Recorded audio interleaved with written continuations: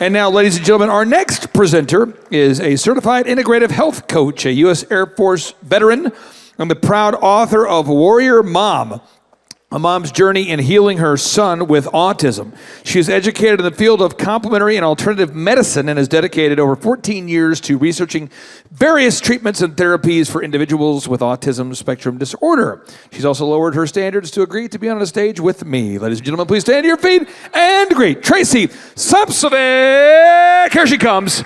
Yes.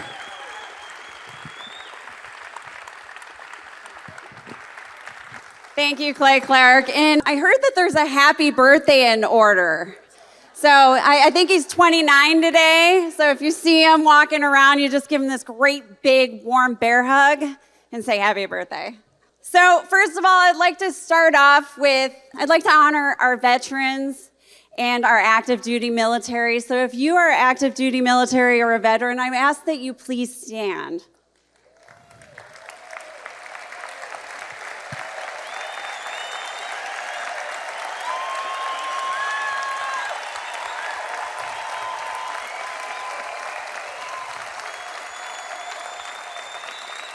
Thank you for your service.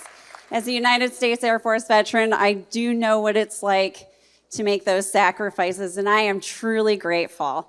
Next, I want to ask any of those out in the audience who have been impacted by a child or an individual with autism spectrum disorder.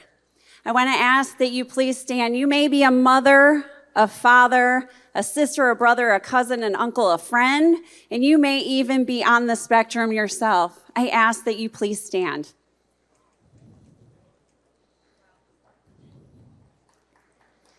And I honor you. But those of you who are sitting, I ask that you look around and you see all those people that stood up. Because when I grew up in the 70s and 80s, autism was unheard of. It was 1 in 10,000. Now it's 1 in 30. And experts are saying that in the next decade, it is going to be 1 in 2 children will have autism. That, folks, is not something that is genetic. It is an epidemic.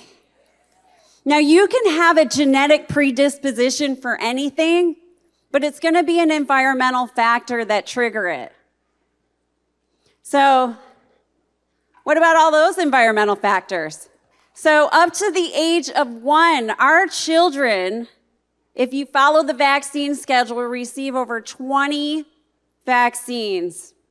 And at the age of 1, they receive an MMR and a varicella. Now, so many years ago, about 16 years ago, when my son went in for his 12-month well baby visit, got raving reviews of how wonderful he was doing. He met all his milestones, and he was doing great.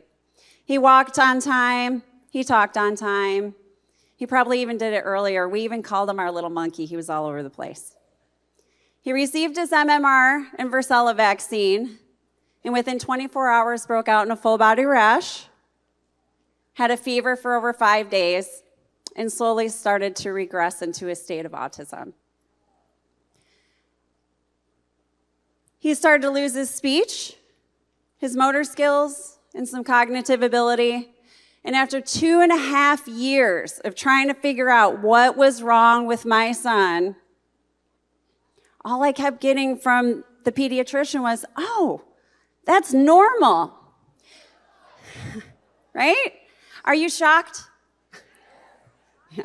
So, by raise of hands, who here thinks that's normal? Okay, I rest my case. So he slowly started to decline, and here I am thinking, oh, well, the pediatrician can answer my questions. And she's like, no, this regression is normal. He'll progress after a little while. He's a boy. Boys develop later, and So I got all these different excuses. Harbor Regional Center, lost my paperwork. 2 preschools. I'm sorry, but we can't care for your kid. He's got special needs. So just when you think that all hope is lost, I'm going to tell you right now, God will always send you an angel.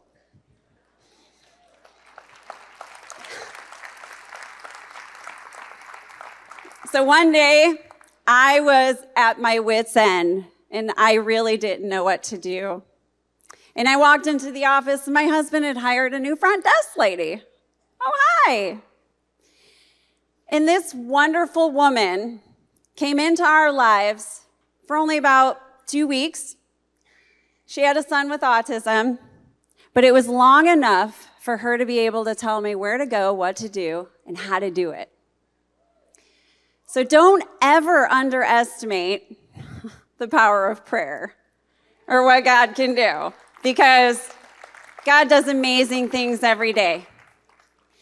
And just when I thought that was pretty amazing, God sent me another angel. The day that I found out our son was diagnosed with autism, I said, hey, honey, we got to go back to the office. I got to grab my purse. And in the hallway, I saw my naturopathic doctor. He walks up to me, gives me a hug. What's the matter? And I said, well, Noah's got autism. He looks me in the eye and he says, Noah's going to be okay. I want you to go home. I want you to do your homework, because kids are making a great recovery these days with functional medicine.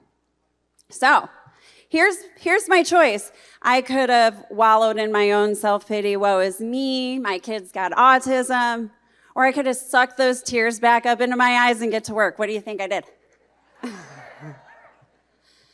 So yes, I did. I went home and I started Googling, because back then in 2009 when he was diagnosed, you could Google healing autism and you could get a lot of resources. But today you cannot. It is scrubbed. You will go get your COVID vaccine. Because as I was doing my research on studies for my book, because I had to back up a lot of the medical portion with research, it took me months because I couldn't find it. So when COVID hit and I saw that they were fast-tracking a vaccine for COVID, they were bypassing all the tests and trials. I said, wow, now it's time to tell my story. So I got to work. I sat down and I started to write my story, because for so many years, I wanted to tell people how I healed my child. Because it isn't a story that ends in sadness. It's a story of inspiration and hope. And through my journey, I've come to realize that this amazing human being was put in my life for a reason. And if anything, to give me purpose. So as I wrote my book, I first thought to myself, well, how do I write this? I mean, there's so much I want to tell. And, I've been mentoring parents for over 13 years. And they're like, you need to write a guidebook. Well, I want to tell my story. I want to write a guidebook. I want to do everything. I want to just shove it all in a little paperback. So I did. So in my book, I wrote it in 3 parts. My first part is my story. And it's a story of inspiration and hope and how I healed my child and all the trials and tribulations and the BS that we went through, dealing with school districts, doctors, you name it, cold people. Your kid doesn't belong here. He's got special needs. You need to control your child. And the first thing I'm thinking is, you need to mind your own business, first of all. So, and during this time, because I've had so many parents come to me, well, I can't afford that biomedical intervention stuff. I said, listen, I couldn't afford anything. We lost everything during this time. My husband fights insurance companies. And at the time, he exposed the insurance commissioner for the state of California and the insurance companies for fraud and collusion. And they did a smear campaign, and he wound up on the front page of the LA Times. Today, he would fit in with the rest of them, right? Smear campaigns everywhere. But at that time, we lost everything. My husband lost his business of 20 years. We lost our home. I literally was picking up stuff from my house, and if I could pick it up and put it on eBay, I sold it. But I was determined, and I set a clear intention that my son was going to be healed. I bartered for treatments. I said, listen, I'll do your marketing. I will work your front desk. I'll even scrub your toilets. I don't care. But I have to get this therapy for my child. Thank you.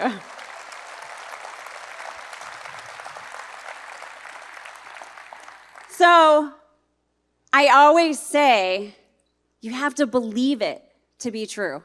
You have to believe that your child can be healed because God works miracles all day long, right? And it starts with here and here, and then you just leave the rest up to God. And it's that easy. Now, do all children respond to biomedical intervention? Unfortunately not. And there are parents who literally go the distance. But is it going to hurt to treat some underlying conditions that could be keeping them from speaking, functioning, any of it? I'll tell you, me and my husband went the distance to make sure that every treatment, therapy, and whatever it is that we needed for our child was covered. And in part two, because it took me over 2.5 years to try and figure out what was wrong with my child, I wanted to write a guidebook. What do you do if you think your kid could have autism? What are your resources these days because you can't look it up on Google? What are some great organizations? What are some not so great organizations? What are some great books you can read? Because today, I'm telling you, the best way for information is to read a book. People are writing books. They're all the time. Everywhere I turn, somebody wrote a book. Pick up books. That is your great source of information. They can't scrub that. They can't. They can't change it. And then the third part of my book is all about healing autism. All the different healing modalities, all the different non-traditional treatments and therapies that we did for our child. And every little bit made a difference. Did I throw everything at him but the kitchen sink? Absolutely. And he is a fully functioning, amazing teenage boy today. Thank you. He is 17. He drives. He cooks. He takes care of himself. I'd say he cleans, but he is a teenage boy. So we're working on that. They don't have anything for teenage syndrome. Not yet. So I wanted to make sure that if a parent felt the way I felt so many years ago and didn't know where to go and had nowhere to turn, that I could roll it all into one book for them. And I did that. And I did it with the clear intention of making a difference in the lives of families impacted by autism. Because it's only going to get worse, people. Everywhere you go, you can see or talk to somebody who is affected by autism. And is it a bad thing? No, autism will always be a part of my son, and it'll always be a part of our lives.